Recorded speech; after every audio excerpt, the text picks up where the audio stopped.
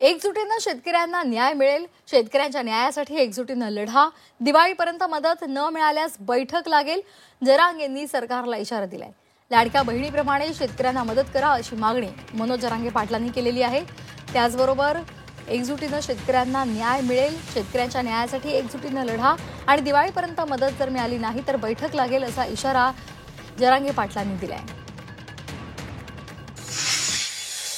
शेतकऱ्याची लढाई मोठी उभा राहणार आहे। उगाच उपोषण करा आणि हे करा, आत्ताच शक्ती व्हायला घालायला नाही पाहिजे। एकजुटीनं शेतकऱ्यांना न्याय मिळत, उगाच इकडे एक जण बसला आणि तिकडे दुसरा जण बसला आणि तिकडे तिसरा जण बसला, हे करण्यापेक्षा सगळ्यांनी थांबलं पाहिजे आणि एक जीवानं एका ताकदीनं लढा शेतकऱ्याला न्याय मिळण्यासाठी लढला पाहिजे।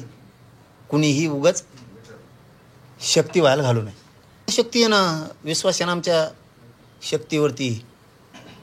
आम्ही त्यांनी दिवाळीपर्यंत नाही दिलं की राज्यात बैठक झाली सगळ्या शेतकऱ्यांची, पण आधी बैठक झाल्यावरच आपण तारीख डिक्लेअर करणार आहेत।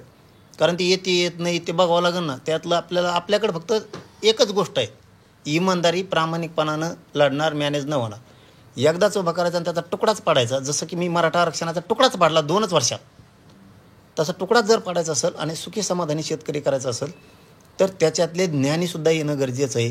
त्या शेतकरी संघटनेंनी जे आयुष्यभर कामं केले ते सुद्धा येणं गरजेचं आहे। ते आल्यावर बैठक घेऊ आणि मग पुढची आंदोलनाची तारीख आपण डिक्लेअर करू।